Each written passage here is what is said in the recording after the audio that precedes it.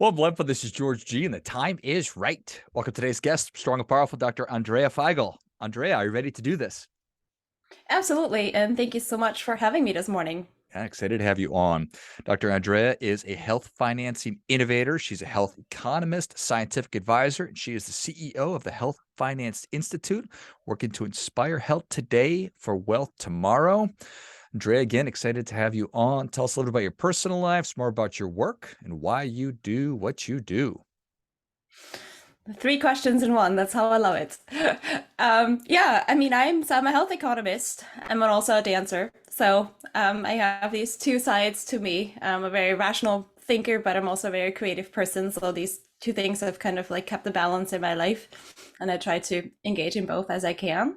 But I always looked at my life of like not separating my job from what I like to do. So I always try to be very passionate about the things that I do,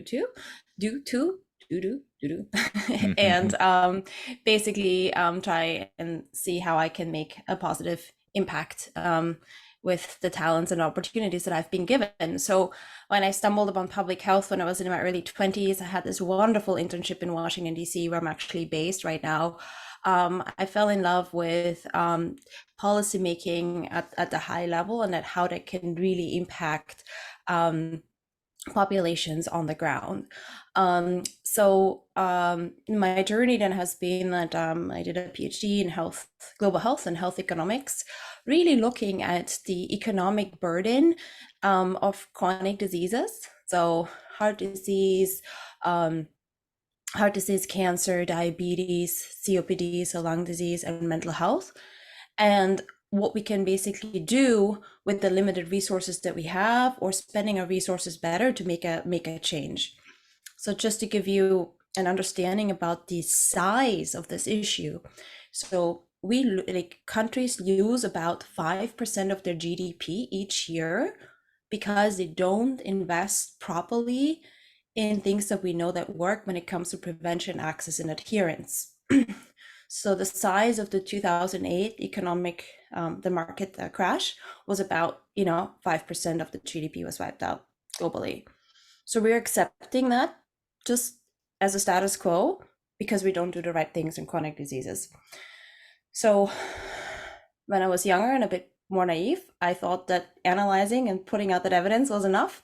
So I was involved in a couple of UN high-level meetings, especially UN General Assembly meeting specifically on a certain topic. There was one on chronic diseases in 2011, in 2014, and in 2018. And the numbers were just getting bigger and bigger and bigger in terms of the economic burden, but nobody was actually doing anything about it. So I said to myself, well, what can I do? And I started and founded the Health Finance Institute, and with the mission to broker public-private partnerships to advocate for and find novel financing solutions to address the chronic disease burden, particularly in underserved communities. And again, not a number, only 3% of international donations, development assistance for health, go to 80% of the disease burden. And so again, there's the inequality in terms of how we spend our money on health, generally in high and in low income countries. And then there is sort of this disparity between where the burden is and where the suffering is and where the money actually goes. So we're basically trying to address both. One of those small problems, Andrea. Exactly. Yes, exactly. That's how I we like was it. I was reading up on you and I was like, oh my goodness, I can't wait because I love thinking about big problems, and that's all fine and well because to your point, we can be very aware and we can put money towards it, but that doesn't mean that it's actually going to have the impact that we're desirous of or that we want to have. So you mentioned three things that governments, communities are failing to do. One of them was adherence. What Mm-hmm. what were the others? Access and prevention. So, for example, for diabetes, right? You want to catch diabetes really early. Preferably, we want to even prevent diabetes. And there's something called primary and secondary prevention. And it's better for your health, better for your longevity, better for your social life, but also better for the economy if you catch it early, right? So you want to firstly you want to prevent, and we know a lot about prevention when it comes to diabetes, right? It comes to, regular, measurement of your vitals, we exercise, healthy diet, um and so on and so forth. And um and then there's, if you were to be pre-diabetic, or at the beginning of diabetes, you want to basically act early to manage or potentially even reverse that disease, right? So you have countries like Malaysia where 60% of diabetes gets diagnosed in the ER. Wow. That means people present with vision issues, they're starting to lose sight, they have numbness in the limbs, they need to get amputated. And about like the majority of the spend, sometimes up to 80% of the spending for diabetes in that country happens in tertiary care, costing up to 20% of their health spending. And that's exactly lopsided to what you see like in more Western, especially Western European countries, where more of the money is spent in primary and secondary care, and you have really early detection. So that's sort of, you want to prevent the disease, and if the disease occurs, you want to make sure there's access to diagnosis and access to treatment. But that's not enough, right? If if and when persons are living with a chronic disease, you also want to make sure there's adherence to it, right? People need to be able to take time off work, to see the doctor, to access the medical care, to adhere financially to the treatment regimen that they have. We did a study in Armenia. We first only that was funded by the World Diabetes Foundation and conducted by the Danish Red Cross, and they basically gave education, screening, and also drug-based treatment to elderly and vulnerable populations living with type 2 diabetes. And then we looked at, how much did the program cost, and was there financial return? And there was almost like a 2x financial return. And then we said, how much does it actually cost for people to adhere to that diet that is being prescribed to manage their diabetes, right? And we realized for them to actually switch to fresh fruits and vegetables in the quantities that were being described compared to the regular diet, it was twice as expensive as the drugs that were given out through the program. Mm. So how can people adhere to that if they're not, so anyway, so that's where the adherence comes in. I'm absolutely fascinated by behavior change. I work in personal finance, and I can't help but wonder or think that there's a lot of similarities. Do people understand what they're supposed to be doing with their money? And then how do we actually put it into practice? How do we help people avoid getting into a lot of debt as opposed to helping them get out of debt? So Mm-hmm. the access, adherence, prevention, those three things that really resonates and makes sense with me. Um, these are There's huge. some, These are huge problems. yeah, I mean, I think there's an issue called, like, not issue, there's something called choice architecture, right? In terms of the choice architecture needs to be, in a sense, needs to be designed in a way that the healthy choice is the easy choice. And that starts from, the way that fruits and vegetables are represented in the supermarket, to incentives that insurance, for example, gives you. There's a great program that comes out of South Africa. It's called Vitality, and they basically have like an airline mile system. They have silver, gold, platinum status based on how much you exercise and how much healthy produce you purchase. You then get rewards, like even like lowering of your premiums and things like that. And that actually really really works, and it increases health, like it improves health, but it also saves the employer as well as the insurance company. But I think at the population level, be it in emerging but as well as developed economies, we're really far away from that. Some others in the infectious disease area have even said there's like a structural violence when it comes to the health, access to health in various communities, because the social determinants of health. So I teach global health financing at Georgetown University, and at the beginning we talk about what's a health system. What's the role of a healthcare system, right? And we often have sickness systems, right? We often have systems that deal with people once they're sick, or we prevent them from getting sick at best, but we don't really look at maintenance and creation of health. And the interesting thing is, what that means is about 80%, and that's a study that's I think published in Health Affairs, 80% of health is actually generated outside the healthcare system, right? So the social determinants, the structural determinants, the communities, your zip code have a much greater where you live, how you live, have a much greater bearing on your health status than necessarily the quality of your healthcare system to begin with. So, and I guess the parallel to finance there would also be, right. I think there's like studies that show, and that's where your expertise is that in that area, but basically like the wealth of the parents of your four closest friends in high school or something have a greater like determinant, like have a greater impact on how you will do financially than the quality of your school, for example. So again, that social environment has a massive impact. And um and then um and how do you nudge, or how do you change that, or do you take that into account, to then basically change behaviors, but also, it's an interplay between individual versus environmental determinants of health. Yeah, I think it's fascinating. I think to a degree, it is sort of like a dance where, Mm. you're where we are, me as Yeah. an individual, I'm dancing between I understand that I need to balance my long-term health with my desire to put delicious food in my mouth or to consume alcohol, or my desire to stay on the couch, or my desire to be healthy enough to play with my kids. It's all kind of a dance.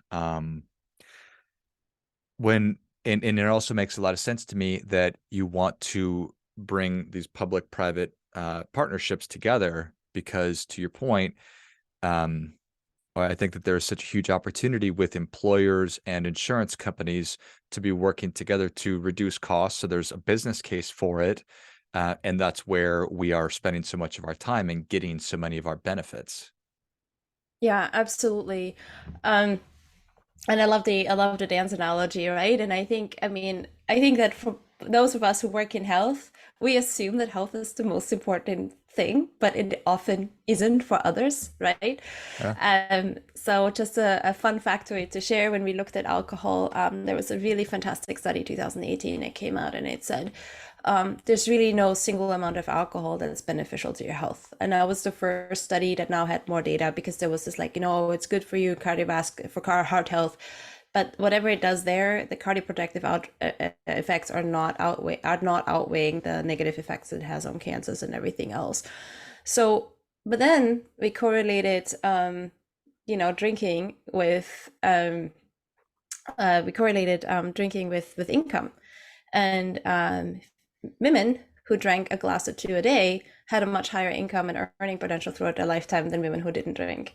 Hmm. And so even when we control for a couple of factors, right? So it comes down to they're probably networking, they're probably engaging, they're probably like furthering their business relationships, which is absolutely critical, right? To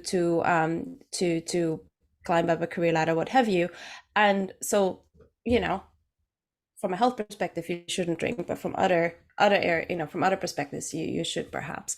But then, when it comes to the workplace, and insurance and incentivization of healthy behavior, in the past we looked at data from McKesson, who engaged in this vitality program. We looked at data from 50,000 people, and even just engaging once per month with the program, be that going to the gym once, buying healthy grocery once a month, had substantive positive health effects in terms of body mass index, blood pressure, and other health related outcomes, and also saved over $1,000 per person per year. So times, 50,000 for those that are engaging versus those who are not engaging, you can save millions of dollars as a corporation, but also creating positive health impact. And that those savings were actually above and beyond the, like, basically subtracting the cost of the program in and of itself. And this is sort of where we look at, if we know that there's already an insurance system that exists and we know what can be done to improve programs, you can set up financial instruments like social impact bonds or blended finance instruments that say, well, if this outcome happens, then only then insurance company or government will you have to pay? And when we find investors, they get a different return based on how well the program performs, right? So it basically helps, those enrolled in a program to actually really achieve certain outcomes. It helps in M&E culture, and it also puts the onus on a program actually performing. And I'm going to say something that might be a bit controversial, but like, the Ministry of Health, or those public servants that are ministries of health, are they being rewarded for actually creating better health outcomes, right?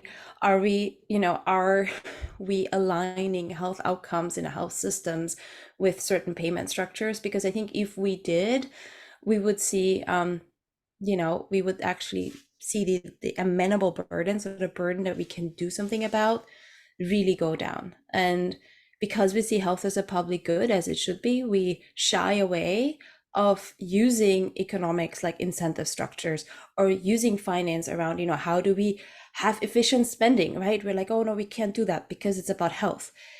And I had the same, in 2007 when I started as an intern here in DC. I had the same idea, like, oh my God, economics is bad, and like, you just need to spend it. You should just spend money to make people, better. And then I was evaluating. I was put in charge. I was like, wide-eyed, young, and eager in 2007, and I was told to like evaluate 3 programs in 3 Latin American countries that was supported by a high-income government. It was a $5 million project to improve maternal and child health. And every 6 months, they changed the indicators. They didn't know where the money was being spent. They didn't know which communities were being served.